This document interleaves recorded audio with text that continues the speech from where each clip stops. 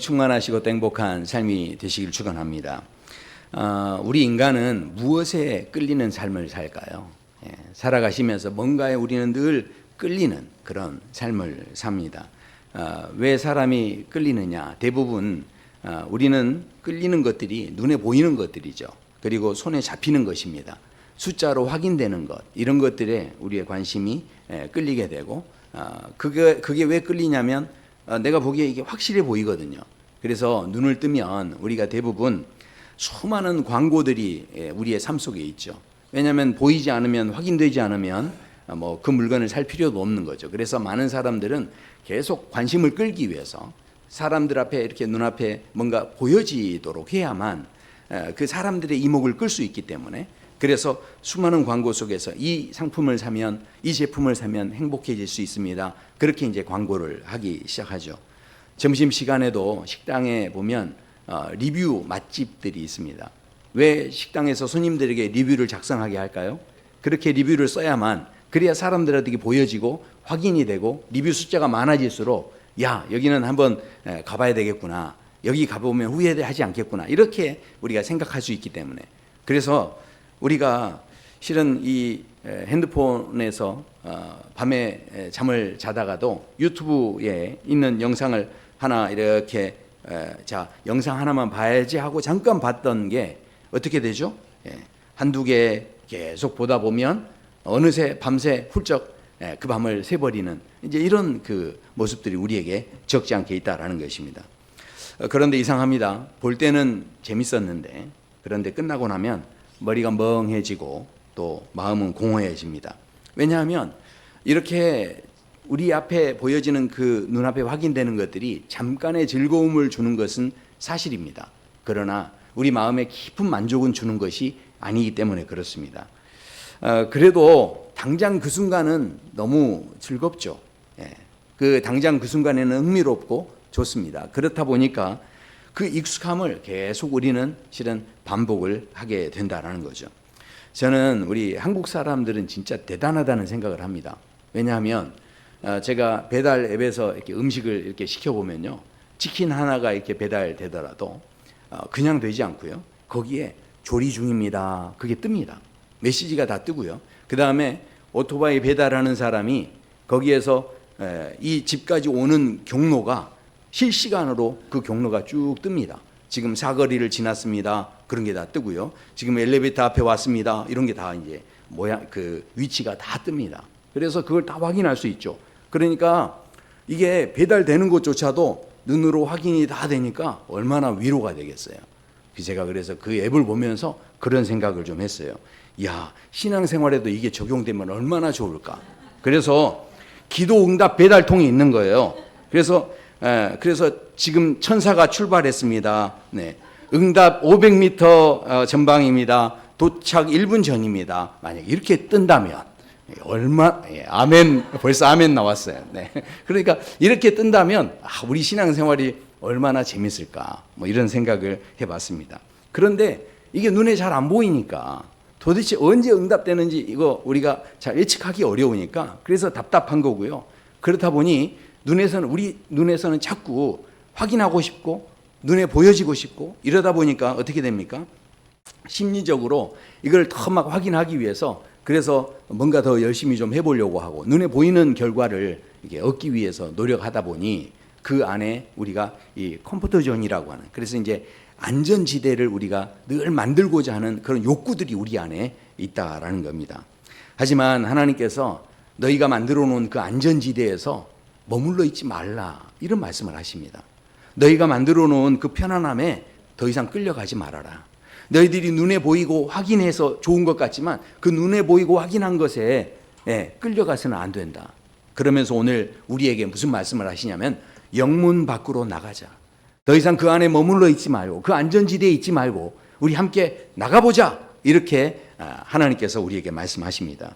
그래서 오늘 말씀을 보면 오늘 말씀의 첫 번째, 이 끌림의 유혹 속에 있는 우리의 삶의 자리에서 이런 귀한 초청을 하시면서 첫 번째 하시는 말씀이 뭐냐면 여러 가지 다른 교훈에 끌리지 말라, 그렇게 말씀을 시작을 하십니다. 이 말씀을 하셨다는 이야기는 이게 지금 경고의 말씀이죠. 더 이상 끌리지 말아라. 이렇게 하셨다는 것은 결국은 그 당시에 히브리서 독자들이 어떤 상태에 있었다는 겁니까? 여러 가지 상황에 끌렸다라는 이야기죠. 눈에 보이는 것에 따라 끌려가는 그런 삶을 살고 있었다라는 거죠. 다시 이야기하면 이 많은 신앙의 사람들이 뭔가 눈에 그 확인이 되는 그런 신앙, 이런 것들을 보고 싶어 했다라는 겁니다. 실제로 그 당시에 유대인들의 그 규정 속에 보면 말씀 안에서 이것은 먹어도 되고 이것은 먹으면 안 되고, 그리고 이 음식들은 이렇게 준비하면 정결한 음식이 되고 또 저렇게 준비하면 부정한 음식이 되고, 이렇게 하면서 그 음식에 다양한 규례들이 있었습니다.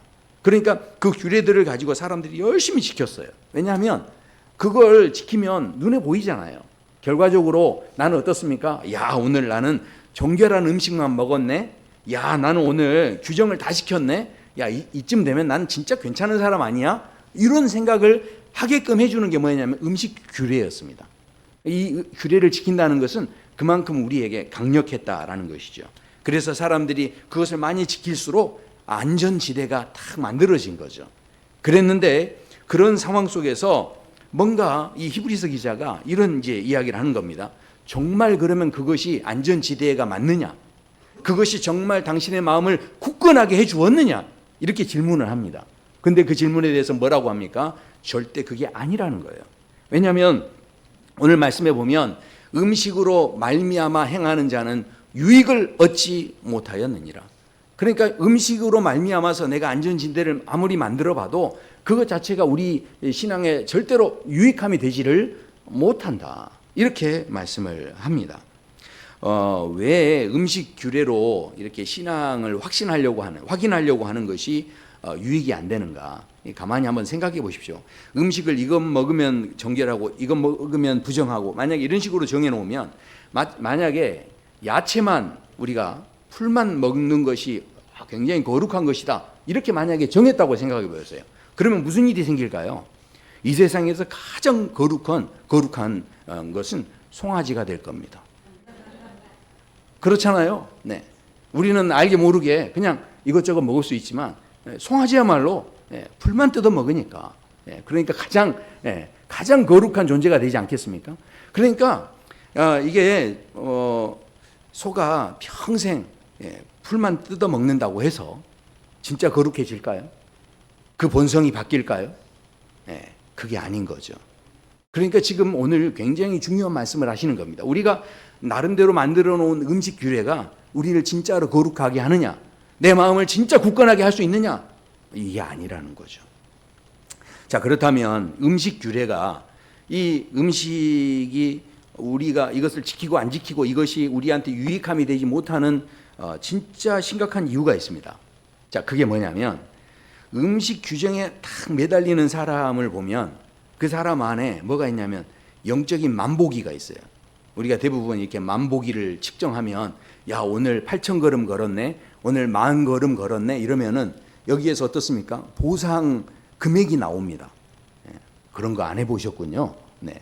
이 핸드폰 보면 10,000보 이상 걸으면요, 거기에 이렇게 돈을 주는 어플들이 굉장히 실은 많이 있습니다.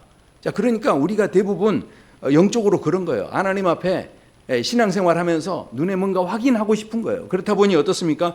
오늘 기도 2시간 했는데, 오늘 헌금 얼마 드렸는데, 오늘 봉사 3시간 했는데, 그러면 어떻습니까? 하나님, 저한테 이제 만복이 숫자가 채워졌으니까 오늘은 복을 주실 줄로 믿습니다. 이렇게 이제 우리가 생각을 하기 시작하면, 자, 그러면 이 안에 뭐가 생기죠? 거래하는 논리가 생겨집니다. 그러면 하나님 앞에서 내가 이제 이렇게 거래하면, 그러면 그것이 절대로 유익함이 되지 못한다는 거예요. 제가 분명히 믿는 것은요, 하나님 앞에 진짜 순전한 마음으로 하나님 섬기면요, 저는 거기에 분명히 하늘의 상급이 있다고 믿습니다. 그러니까 그것은 성경에서도 분명히 말씀을 해요.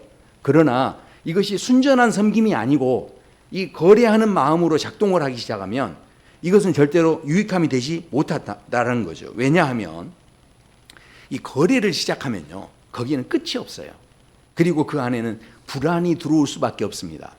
왜냐하면 내가 이제 거래를 해요. 그러면 하나님, 내가 이만큼 했으니 이만큼 복 주세요. 처음에는 좋았을지 모르지만 이렇게 딱 해서 하나님께 뭔가 받아내고 나면요, 그 다음에 어떻게 될까요? 야, 다음번엔 좀 더 해야 되는 거 아니야? 하면서 불안함이 생기는 거죠.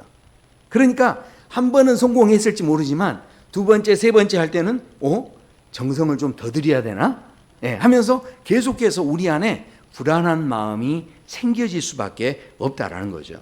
뭔가 섬긴다 하면서도 야, 이거 좀 뭐가 빠진 거 아니야? 이런 생각이 또 들 수 있다라는 것이죠. 그러니까 이 불안한 마음이 절대로 우리 신앙에는 유익이 안 된다는 거예요. 욥기에 보면요, 욥이라는 사람이 이 욥기 1장에 보면 자기 아들들을 위해서, 자기 아이들을 위해서 하나님 앞에 번제를 드리는 그런 장면이 나옵니다. 아이들이 혹시라도 범죄했을까 봐. 그러면서 뭐라고 하냐면 이 그들의 명수대로 번제를 드렸으니 이는 욥이 말하기를 하면서 욥이 무슨 말을 하냐면 이렇게 자녀들을 위해서 번제를 드린 이유가 뭐냐면 거기에 이렇게 이야기합니다. 혹시 내 아들들이 죄를 범하여 마음으로 하나님을 욕되게 하였을까 함이라. 그러니까 이 욥이 어땠다는 겁니까? 그 마음을, 자신의 마음을 혹시라는 단어로 표현을 하고 있습니다. 그러니까 뭔가 하나님 앞에 이걸 좀 더 번제를 해드려야만 하나님께서 더 은혜를 베풀어 주시고 불쌍히 여겨주시고 이렇게 생각을 한 거죠. 그러니까 이 혹시라는 불안한 마음은요, 우리를 끊임없이 번제하게 해야 하는 이런 자리로 내몰게 된다라는 거죠.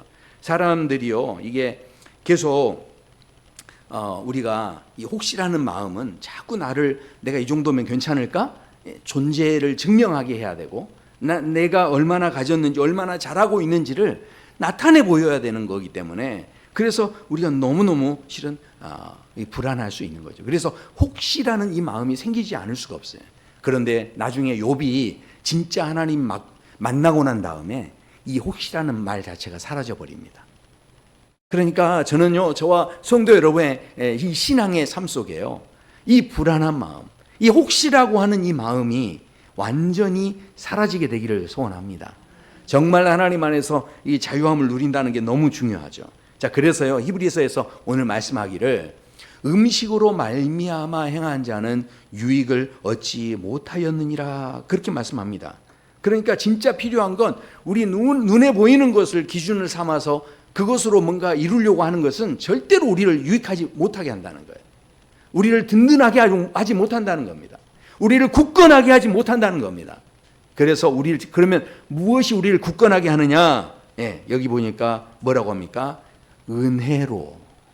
그 마음은 은혜로서 굳게 함이 아름답고 그렇게 말씀합니다. 그러니까 은혜로서만이 우리의 신앙을 굳건하게 할 수 있다. 이렇게 말씀을 합니다. 제가 이것을 표현할 때 그런 생각이 들었어요. 이게 큰 배일수록 그 배에 보면 평행수가 있습니다. 그래서 그 배에요, 물을 채워요. 그러면 물을 채우면 이 배 밑바닥 속에 물이 다 차오르면요, 그 물이 어떤 역할을 하냐면 이 배의 무게 중심을 딱 잡아줍니다. 그러면 이 배가요, 풍랑이 와도 흔들리질 않습니다.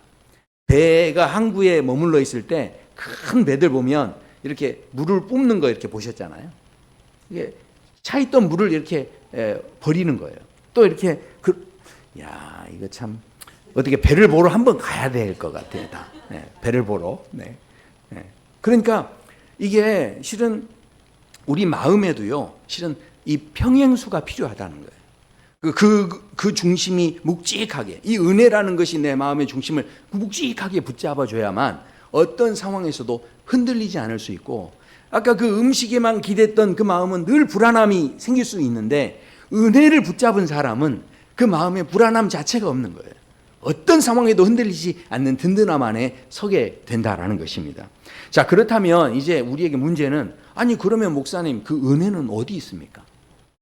그 은혜가 우리를 묵직하게 하고 든든하게 하는데 그 은혜는 무엇입니까? 그래서 그 은혜의 자리가 분명하게 있음을 우리에게 말씀을 하는데, 자, 그 은혜의 자리가 뭐냐?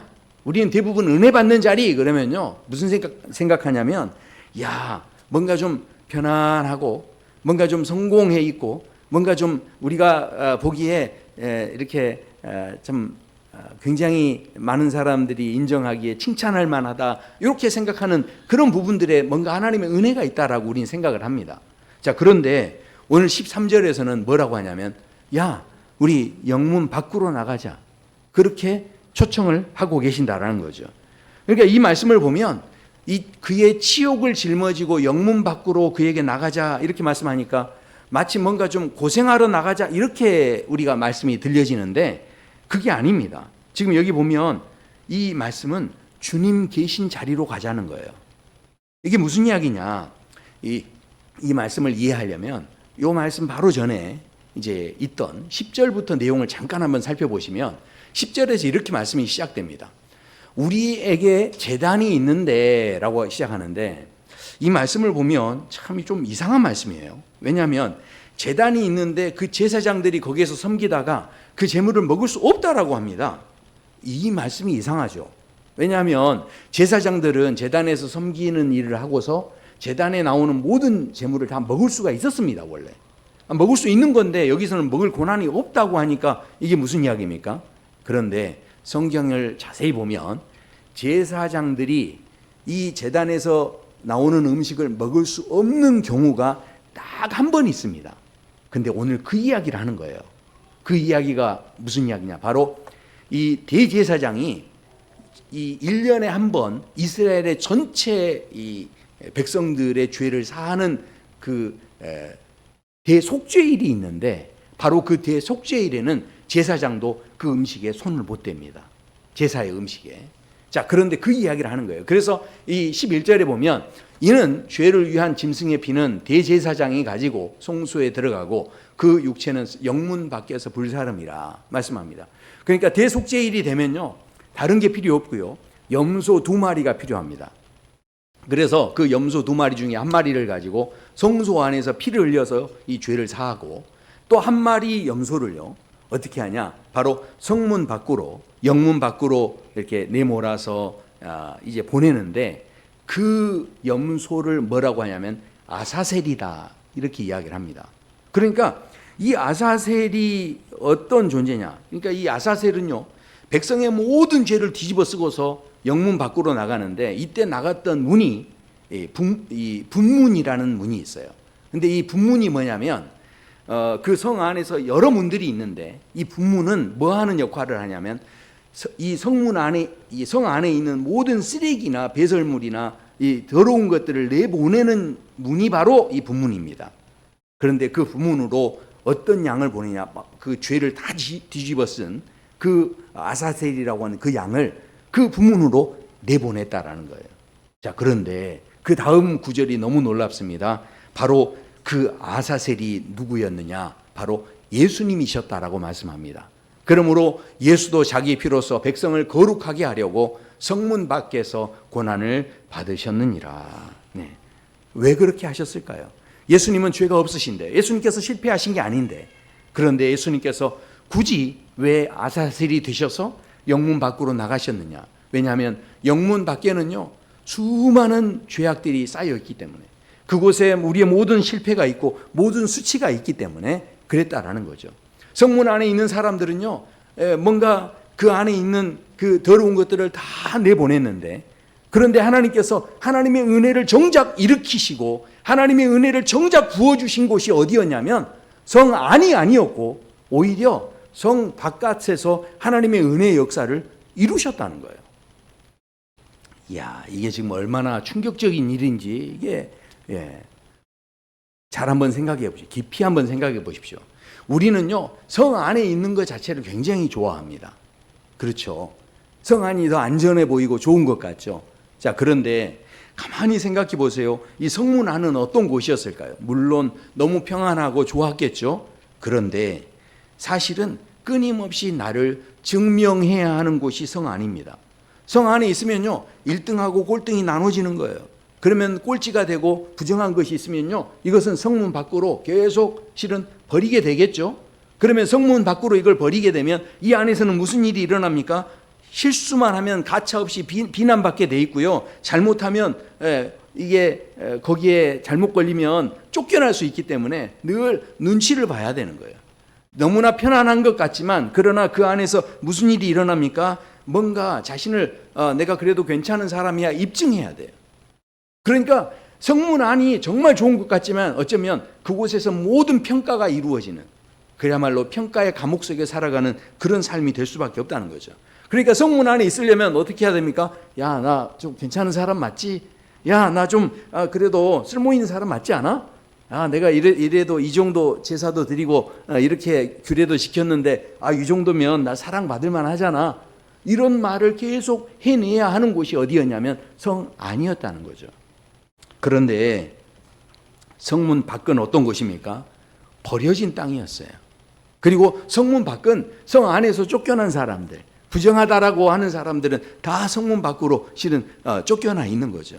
그러니까 우리가 부정하기 때문에 만지지도 않았어요. 제사장들이 아사셀을 이 염소를 보낼 때 아사셀 염소를 만지지도 않았어요.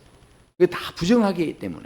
그래서 그렇게 부정하다라고 했는데, 그런데 오히려 예수님께서는 사람들이 부정하다라고 하는 그곳으로 나가셔서 그들의 모든 부정함을 짊어지시고 십자가를 지시고 그곳에서 무슨 역사를 이루십니까? 그 부정함을 다 씻어주시는 놀라운 은혜를 그 자리에서 역사하심으로 함께 해주셨다라는 것이죠.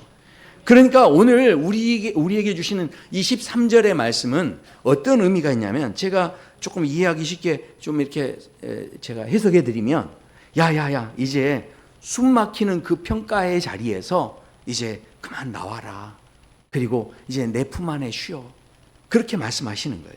그러니까 지금 예수님께서는요, 우리가 부족해도, 우리가 못났어도, 우리가 부정해도 밖에서 그 모든 것을 다 예수님이 다 짊어지시고, 그 다음에 뭐라고 하시는 겁니까? 있는 모습 그대로 나와라. 있는 모습 그대로 내가 널 품어줄게. 그 역사를 성 안에서 이루신 게 아니라 어디서 이루신 겁니까? 성 밖에서 이루셨다라는 거예요. 그러니까 우리가요, 이 성문 안에 있으면요, 우리는 늘 어떻습니까? 평가를 받아야 돼요. 성문 안에 있으면 너는 쓸모 있냐 없냐 이게 구분을 하는 거예요. 그러니까 우리가 지금 사는 삶의 모든 자리를 보시면 실은 늘 평가받는 자리가 있으면 그 자리는 뭡니까? 성 안에 있는 것과 같다는 거죠. 내가 어디에 있는지가 지금 중요한 게 아닙니다. 내 삶의 자리가 내가 가정에 있든 교회에 있든 직장에 있든 늘 평가 속에서 우리가 서로를 바라보고 있다면 그것은 그 평가를 통해서 결국 뭘 얻는 겁니까? 나는 그래도 괜찮은 거야. 이걸 얻기 위해서 평가하는 거죠. 그러니까 그 자리는 실은 진짜 하나님의 은혜가 없었다는 거예요. 그러나 어떻습니까? 그 당시에 그렇게 치욕스러운, 너는 실패했다, 너는 자격 없다, 이렇게 들었던 말들은 우리를 너무너무 아프게 하는 말이었는데, 그런데 성문 밖에서는 무슨 일이 일어났다는 겁니까? 예수님께서 이미 그 치욕을 다 감당하셨기 때문에, 그래서요, 무슨 일이 일어납니까? 그곳에서는 더 이상 치욕스러운 말들을 들어도 그것이 나를 죽일 수 있는 말이 아니었다는 거예요. 이것이 바로 오늘 본문에서 말씀하는 은혜의 자리입니다. 이 은혜의 자리. 그러니까 오늘 이 치욕을 짊어지고 간다는 것은 우리가 막 무겁게 인내하면서 참고 가야 된다 이런 의미가 아니라 바로 그 치욕을 온전히 다 값을 치러주신 그 예수님을 따라가자 그 말입니다. 정말 우리가 그 예수님을 따라서 할 때 그 자리가 바로 얼마든지 은혜의 자리가 될 수 있다라는 것을 우리에게 말씀하십니다. 사랑하는 성도 여러분, 이렇게 우리가 세상을 살아갈 때 너무너무 힘들고 어려운 이 세상의 삶 속에서 늘 눈에 보이는 대로 끌리는 대로 살아가다 보면 우리는요, 그 끌리는 것에 의해서 늘 평가받아야 되고 늘 또 거기에서 이 뒤처지지 않기 위해서 그렇게 존재해야 되는 그런 부담을 갖고 살아가지만, 오늘 다시 한번 하나님께서 말씀하시는 거예요. 너희가 정말 성 안에 있는지 성 밖에 있는지 생각해 보라는 거죠. 너무 놀라운 것은, 그렇다면 그 예수님을 통해서 바로 영문 밖으로 우리를 초대하셨는데 그 밖에서의 삶이 어떤 삶인가? 어떻게 그러면 예수님을 우리가 따라서 살 수 있는지를 그래서 그 다음에 말씀합니다. 그래서 오늘 말씀해 보면 마지막에 그 예수님을 따라 사는 삶이 무엇인지 14절에 이렇게 말씀하죠. 우리 함께 읽어보실까요? 우리가 여기에는 영구한 도성이 없으므로 장차 올 것을 찾나니. 간단히 말하면 이겁니다. 이 세상은요, 내 영원한 집이 아니다, 이 말입니다. 그러니까 이것을 다른 말로 해석하면 이 세상이 전부가 아닙니다. 이것을 아는 사람이라고 한다면 인생을 살 때 훨씬 가볍게 살 수 있다는 겁니다. 그러니까 이 가벼운 마음은 누구에게 있겠습니까? 우리가 대부분 여행들 다니시면 여행객으로, 그래서 뭐 여기저기 외국도 다니시고 하시면서 여행할 때 어떠셔요? 여행하면은 이제 숙소도 잡아놓고 그러면 이제 호텔이나 모텔, 뭐 여관 이런 데 이제 우리가 잠을 자겠죠? 자, 그런데 그 잠을 자는데, 그런데 여행하는 사람한테 진짜 중요한 게 뭘까요? 여행하는 사람한테는요, 실은 우리가 잠자는 여관이 좀 이렇게 불편해도 괜찮습니다. 왜냐하면 그게 자기 집이 아니잖아요. 그러니까 우리가 호텔에서 자면서, 야, 여기 벽지가 좀 마음에 안 드네. 그러면 지물포에 연락해가지고 여기 와서 도배를 좀 새로 해주세요. 이렇게 하시는 분 계십니까? 아니지 않습니까? 여행 가가지고 뭐 그게 좋으냐 나쁘냐, 실은 그게 중요한 게 아닌 거죠. 왜냐하면 어차피 거기는 내 집이 아니니까. 자, 생각해 보십시오. 그러니까 우리가요, 여행하는 사람들이요, 길에서 만나는 사람이 나를 좀 이상하게 봤어요. 그런데 그게 뭐 어떻습니까? 좀 이상하게 볼 수 있는 거죠. 그런데 아무리 그렇게 하더라도 그들에게 인정받는 것이 내 목표가 아닌 거죠. 우리도 인생길이라고 하는 순례길을 걸어가는 그런 사람이다라는 거죠. 그러니까 세상의 평가나 세상의 인정이나 세상의 성공이나 이런 것들이 제가 필요 없다는 게 아닙니다. 그런데 그것이 전부가 아니란 이야기죠. 그러니까 정말로 나그네 인생을 살아가는 사람은 잠깐 머무는 겁니다. 그래서 예수님을 정말로 아는 사람이라고 한다면 뭐라고 하겠습니까? 아유, 좀 불편해도 괜찮아요. 어차피 체크아웃 할 건데. 여기 계신 분들 언제 나이가 다 차서 체크아웃 하는 거 아니에요. 나이에 상관없이 체크아웃은 우리 인생에서 체크아웃 할 때가 다 오게 되는 겁니다. 체크아웃 하시면요, 그거 다 내려놓고 가셔야 되잖아요. 그러니까 정말 나그네 인생을 살아가는 사람이라고 한다면 그거 굳이 붙잡고서 내가 집착하고 매달릴 필요가 없는 거죠. 거기에 내가 인정받는 게 중요한 게 아닌 거죠. 왜냐하면 나에게 있는 영원한 집, 나의 진짜 집이 있다라고 말씀하고 있습니다. 그래서 이런 마음을 가지게 되면 그 다음부터 우리 안에 저절로 터져 나오는 소리가 있다는 거예요. 그 소리가 무엇이냐? 15절에 말씀합니다. 찬송의 제사가 우리에게서 터져 나온다라는 것입니다. 근데 찬송이라고 하지 않고 갑자기 찬송의 제사라고 왜 그랬을까요? 구약에서 보면요, 모든 이 제사, 하나님 앞에 드리는 제사에는 양을 잡고 소를 잡고 피를 흘렸습니다. 자, 그런데 지금 이제는 더 그럴 필요가 없다라는 거죠. 왜냐하면 예수님께서 직접 아사셀 염소가 되셔서 그야말로 그 모든 죄를 다 뒤집어 쓰시고 해결하셨기 때문에, 그래서 우리가 하는 일은요, 그 예수님이 그 모든 일을 하셨기 때문에 그거 가지고 너무 예수님 감사합니다. 그래서 그 감사의 고백을 하는 거죠. 자, 그러니까 그 감사의 고백이요, 이게 찬송의 제사인데 단순히 찬송한다는 게 입술로 그냥 뭔가 노래를 부르는 것이 찬송이 아닙니다. 자, 그 찬송이 뭐냐? 그래서 여기 보면 그 이름을 증언하는 입술이라고 되어 있는데 호물로게오라고 하는 이 원어를 보면 이 뜻 자체가 뭐냐면 같은 말을 한다, 이런 뜻입니다. 그러니까 뭔가 하는 말에 대해서 내가 동의합니다, 이런 의미가 증언이라는 단어로 쓰여졌어요. 자, 그러니까 진짜 찬송은 뭐냐? 진짜 찬송은 뭐냐? 하나님께서 말씀을 딱 하시면 거기에다가 화음을 넣는 거예요. 그러니까 요즘에 그 랩하는 사람들이나 이렇게 보면 그 음악 하시는 분들 보면 이렇게 그런 식으로 이렇게 화음을 넣더라고요. 제가 잘하는 건 아니지만 아무튼 뭐 그러시는 거죠. 만약에 하나님께서 너는 죄인이다, 딱 그러면 예, 맞습니다, 저는 죄인이 맞습니다, 뭐 이렇게 이제 이야기하는 거죠. 하나님께서 그러나 예수가 너를 구원했다, 예, 맞습니다, 뭐 저는 은혜로 살아갑니다, 뭐 이렇게 이제 하는 거죠. 그러니까 그 예수가 영문 밖에서 너를 위해 죽었다, 그럼 예, 그렇습니다. 예. 저는 할 말이 없지만 은혜로 삽니다. 뭐 이렇게. 그러니까 이런 식으로 지금 이 증언한다는 것은 어떤 의미가 있냐면 이거 억지로 나오는 게 아니에요. 그러니까 이 증언한다는 것은 내 자랑하고 내가 뭐 계획을 가지고 이게 아니라 하나님이 말씀하시는 것에 내가 아멘하는 것, 이게 진짜 찬송의 의미가 된다는 거죠.